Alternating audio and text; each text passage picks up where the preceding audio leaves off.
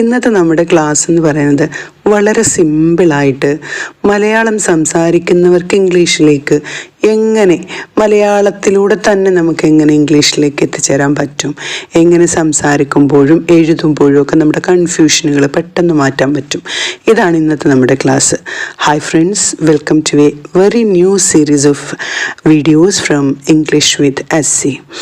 അതായത് നമുക്ക് കുറച്ചൊക്കെ കാര്യങ്ങൾ അറിയാം, പക്ഷേ അതെങ്ങനെ ചെയ്യണമെന്നറിയില്ല. അതാണ്, അല്ലെങ്കിൽ സംസാരിക്കണം എന്നറിയില്ല, അല്ലെങ്കിൽ എഴുതണമെന്നറിയില്ല. അതാണ് ഇംഗ്ലീഷ് അറിയാത്തവർക്ക് എല്ലാവർക്കും എപ്പോഴും ഉണ്ടാകുന്നൊരു ബുദ്ധിമുട്ട്, അല്ലേ?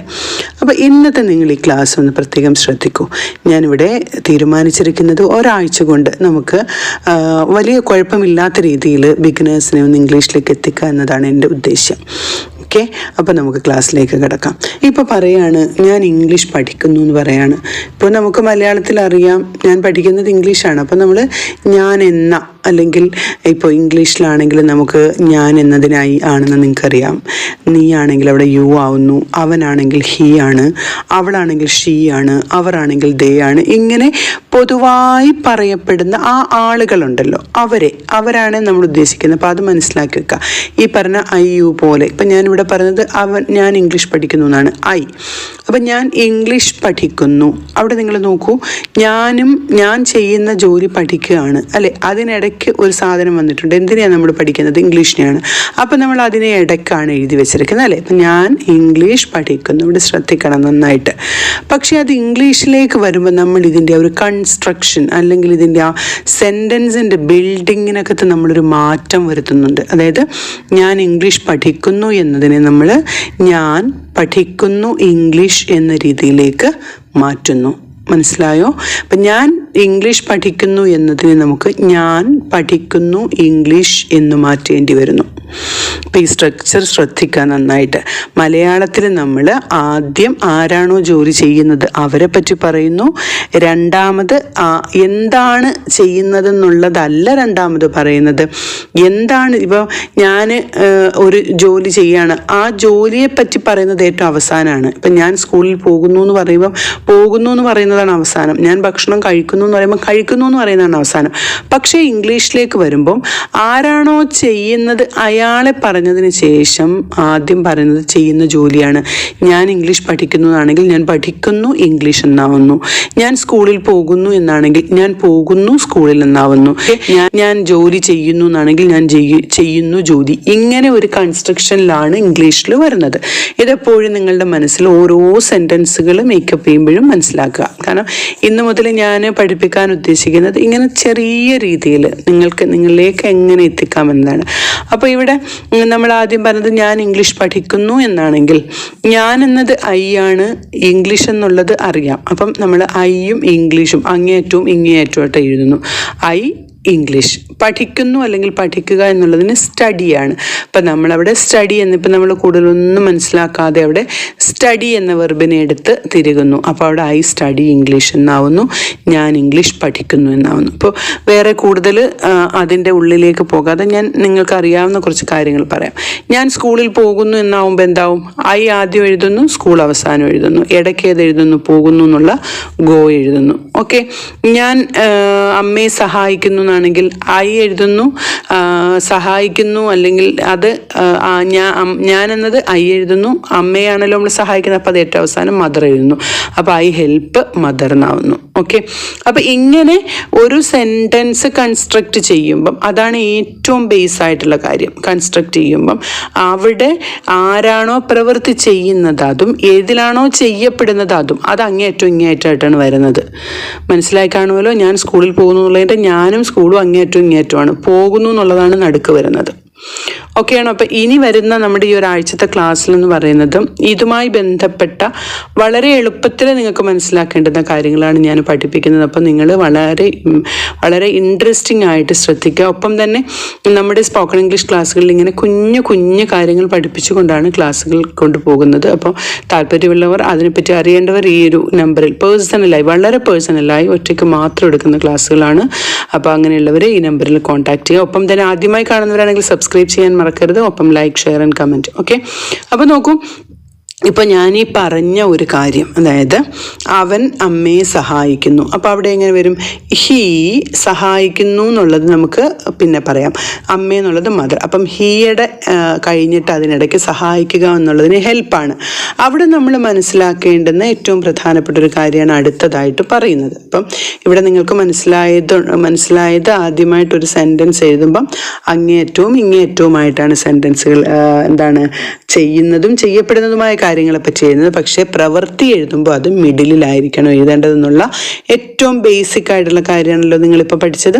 അപ്പോൾ ഇനി നോക്കൂ, ഇപ്പം നമ്മൾ ഞാൻ ഇംഗ്ലീഷ് പഠിക്കുന്നു എന്നുള്ളത് ഐ സ്റ്റഡി ഇംഗ്ലീഷ് എന്ന് എഴുതി. ഓക്കെ, അവിടെ അത് ഏറ്റവും ബേസിക് ഐഡിയ ആണ് ഇപ്പോൾ പറഞ്ഞത്. ഞാൻ ഇംഗ്ലീഷ് പഠിക്കുന്നു, ഐ സ്റ്റഡി ഇംഗ്ലീഷ്. എന്നാൽ ഞാൻ ഇംഗ്ലീഷ് പഠിച്ചു എന്ന് വരുമ്പോഴേക്ക് ഇതിൻ്റെ കൂടെ വേറെ ചെറിയ ചെറിയ കാര്യങ്ങളുണ്ട്. അത് നമുക്കിതിൻ്റെ കൂടെ തന്നെ പഠിച്ചു പോകാം. നിങ്ങൾക്ക് ബുദ്ധിമുട്ടുണ്ടാകാതിരിക്കാൻ വേണ്ടിയിട്ടാണ് ഈ ഒരു ഏറ്റവും എളുപ്പമുള്ള കാര്യം മാത്രം ഇപ്പം പറയുന്നത്. ഐ സ്റ്റഡി ഇംഗ്ലീഷ്, ഞാൻ ഇംഗ്ലീഷ് പഠിക്കുന്നു എന്നാണെങ്കിൽ ഞാൻ ഇംഗ്ലീഷ് പഠിച്ചു എന്ന് വരുമ്പോഴത്തേന് സ്റ്റഡി എന്ന വെർബിൻ്റെ കൂടെ വേറൊന്നിനും ഒരു മാറ്റവും ഇല്ല. ഞാനും ഇംഗ്ലീഷും ഒരാളാണ്. പഠിക്കുന്നു എന്നുള്ളത് നമ്മൾ പഠിച്ചു എന്ന് പറഞ്ഞത് മാത്രമേ ഉള്ളൂ. അപ്പം ഈ സ്റ്റഡി എന്ന വെർബിനോടൊപ്പം നമ്മൾ ഡിഡ് വെർബ് ആഡ് ചെയ്തിട്ട് അതിനെ നമ്മൾ സ്റ്റഡീഡ് എന്ന് പറയുന്നു. അപ്പോൾ അവിടെ എന്താവും?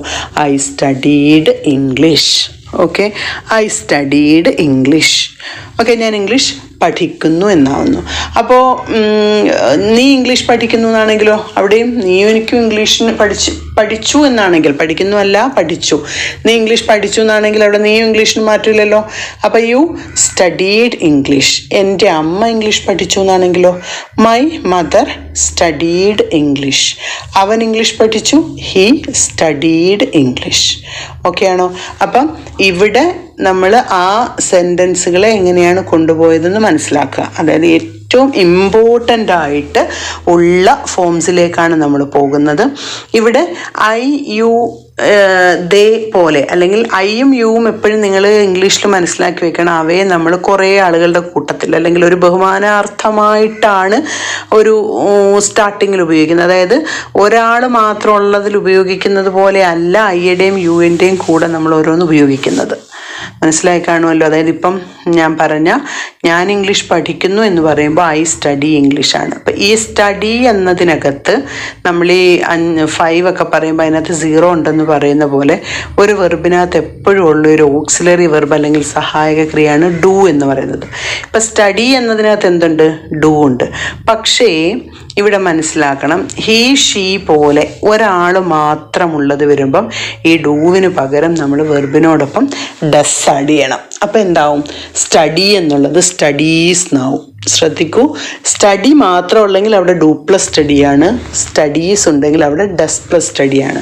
അപ്പോൾ ഞാൻ ഇംഗ്ലീഷ് പഠിക്കുന്നു എന്നത് ഐ സ്റ്റഡി ഇംഗ്ലീഷ് ആണെങ്കിൽ, ഞങ്ങൾ ഇംഗ്ലീഷ് പഠിക്കുന്നു എന്നുള്ളെങ്കിൽ വി സ്റ്റഡി ഇംഗ്ലീഷ് ആണെങ്കിൽ, അവൻ ഇംഗ്ലീഷ് പഠിക്കുന്നു എന്ന് പറയുമ്പം ഹീ സ്റ്റഡീസ് ഇംഗ്ലീഷ് എന്നാവും.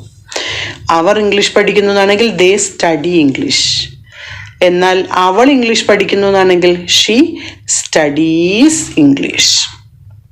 അപ്പം ഈ ഒരു കാര്യത്തെ നിങ്ങൾ മനസ്സിലിട്ടേക്കുക, കാരണം അത് ഏറ്റവും ഇമ്പോർട്ടൻ്റ് ആണ്. ഇവിടെ ഒരു സെൻറ്റൻസിനെ കൺസ്ട്രക്റ്റ് ചെയ്യുന്നത് മനസ്സിലാക്കി കഴിഞ്ഞാൽ പ്രവൃത്തികളെ എങ്ങനെ ആഡ് ചെയ്യണം എന്നത് ഇംഗ്ലീഷിൽ പിടികിട്ടിക്കഴിഞ്ഞാൽ പിന്നെ നിങ്ങൾക്ക് പഠിക്കാനൊന്നുമില്ല. ഓക്കെ, ഞാൻ ഓരോ ക്ലാസ്സിലായിട്ട് വളരെ കുറച്ച് കണ്ടൻറ്റുകൾ നിങ്ങൾക്ക് മനസ്സിലാകുന്ന രീതിയിൽ കുറച്ച് കണ്ടൻറ്റുകൾ പറയാണ്. അപ്പം ഇവിടെ നമ്മൾ പഠിക്കുന്നുണ്ട് എന്നൊക്കെ പറയുമ്പോഴാണ് ഈ ഡു വെർബും ഡസ് വെർബും വരുന്നത്. അതായത് ഒരാൾ വരുമ്പം ഡു ഡസ് വെർബും, ഒന്നിലധികം പേരോ ഐ അല്ലെങ്കിൽ യു ഒക്കെ വരുമ്പം ഡു വെർബും ഉപയോഗിക്കുന്നു. അപ്പോൾ ഞാൻ പഠിക്കുന്നു, ഐ സ്റ്റഡി. അവൾ പഠിക്കുന്നു, ഷീ സ്റ്റഡീസ്. അവർ പഠിക്കുന്നു, ദേ സ്റ്റഡി എന്ന് വരുന്നു. ഓക്കെ, എന്നാൽ ഞാൻ പഠിച്ചു എന്ന് പറയുമ്പോൾ ഐ സ്റ്റഡീഡ്, അവൾ പഠിച്ചു, ഷീ സ്റ്റഡീഡ്, അവൻ പഠിച്ചു, ഹീ സ്റ്റഡീഡ്, അവർ പഠിച്ചു, ദേ സ്റ്റഡീഡ്. അപ്പം ഇവിടെ ഡെഡ് വെർബ് വരുമ്പോൾ അത് സിംഗുലർ അല്ലെങ്കിൽ ഒരാളാണോ പ്ലൂറൽ ഒത്തിരി പേരാണോ എന്നൊന്നും നോക്കേണ്ട കാര്യം നമുക്കില്ല. അത് നമുക്ക് ഇഷ്ടമുള്ള പോലെ ഡിഡ് ചേർത്തങ്ങ് ആഡ് ചെയ്താൽ മതി. പക്ഷേ ഡസ് വെർബ് അല്ലെങ്കിൽ പഠിക്കാറുണ്ട് എന്നൊക്കെ പറയുമ്പോൾ അവിടെ ഡു വെർബാണ്. അത് നമ്മൾ ഡയറക്റ്റായിട്ട്, അതായത് ആ ഡു വെർബിനകത്ത് തന്നെ ഉണ്ട്. ഞാൻ ഇംഗ്ലീഷ് പഠിക്കുന്നു, ഐ സ്റ്റഡി ഇംഗ്ലീഷ്. നീ ഇംഗ്ലീഷ് പഠിക്കുന്നു, യു സ്റ്റഡി ഇംഗ്ലീഷ്. ഇങ്ങനെ ഓക്കെ, അപ്പോൾ ഇന്ന് നമ്മൾ പഠിച്ചത് ഡൂവും ഡസും ഡിഡും ആണ് പഠിച്ചത്. ഈ 3 ഫോമിലുള്ളതിൻ്റെ എക്സർസൈസാണ് ഇനി പറയുന്നത്. അപ്പോൾ ഒന്നാമത്തെ ക്വസ്റ്റ്യൻ എന്ന് പറയുന്നത് ഞാൻ എൻ്റെ അമ്മയെ സഹായിച്ചു. സെക്കൻഡ് ക്വസ്റ്റ്യൻ അവൻ ഇംഗ്ലീഷ് പഠിപ്പിക്കുന്നു. ടീച്ചാണ് പഠിപ്പിക്കുന്നതിന്. അവൻ ഇംഗ്ലീഷ് പഠിപ്പിക്കുന്നു. തേർഡ് ക്വസ്റ്റ്യൻ അവർ സ്കൂളിൽ പോയി വരുമ്പം കൂടെ ഡിഡ് ചേർത്ത് അത് വെന്റ് എന്നാവും. സ്കൂളിൽ പോയി. ഫോർത്ത് ക്വസ്റ്റ്യൻ അവൻ ടീച്ചറിനെ കണ്ടു. കാണുക കണ്ടു സായാണ്. അവൻ ടീച്ചറിനെ കണ്ടു. അടുത്ത ക്വസ്റ്റ്യൻ എന്ന് പറയുന്നത് ഞങ്ങൾ സ്കൂളിൽ പോയി വരുമ്പം ഡു പ്ലസ് ഗോ ആണ്. ഓക്കെ, അപ്പോൾ ഈ ക്വസ്റ്റ്യൻസ് കറക്റ്റായിട്ട് എക്സസൈസുകൾ ചെയ്യുക. ഒപ്പം തന്നെ മാക്സിമം ആളുകളിലേക്ക് ഇത് ഷെയർ ചെയ്യുക. ഒട്ടും ഇംഗ്ലീഷ് അറിയാത്തവർക്ക് ഇത് വളരെയധികം പ്രയോജനപ്രദമായിരിക്കും. Thank you for watching. Signing of.